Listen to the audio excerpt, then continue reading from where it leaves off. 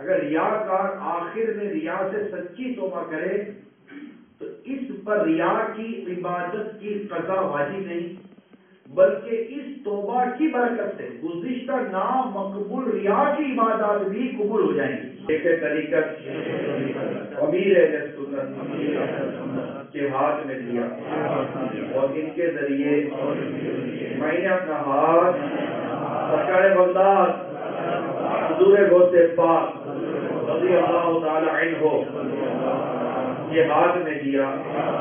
یہ اللہ مجھے جناب غوث اعظم کے مریدوں میں قبول فرما اور کل قیامت میں غوث پاک کے غلاموں میں مذہبی، سماجی اور سیاسی طبقات سے وابستہ اسلامی بھائیوں نے بھی شرکت کی ہے اور ان کے لیے تقریب بنائی گئی۔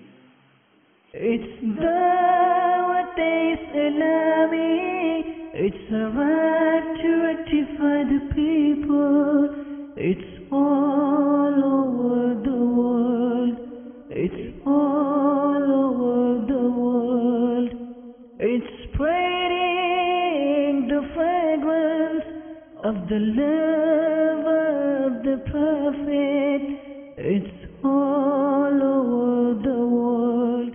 یہ مجھے تحفے ملے ہیں الحمدللہ، اللہ تعالیٰ آپ سب کو جزائے خیر عطا فرمائے۔ تو یہ ظاہر ہے کہ یہاں رہ جائیں گے، مثال کے طور پر یہ 50 یورو کے اگر یہ تحفے ہیں تو اگر آپ 50 یورو کے مجھے رسالے دے دیتے مقصد المدینہ کے اور وہ رسالے میں تقسیم کرتا، اس کا فائدہ زیادہ ہوگا۔ تو اللہ کرے کہ یہ بات ہمارے ذہن میں آ جائے کہ ان چیزوں پہ خرچ کرنے کے بجائے اچھا ہے کہ ہم مقصد المدینہ کے رسالے خریدیں، اس کو تحفے میں دے دیں، اس کو تقسیم کریں، انشاءاللہ اس کا فائدہ زیادہ ہوگا۔ 3 ڈنگ دیتے ہیں فیضان سنت کے، ان کو بھی مدینے کی تحفے 7-10 دیتے ہیں۔ چلو یہ آ گیا مدینے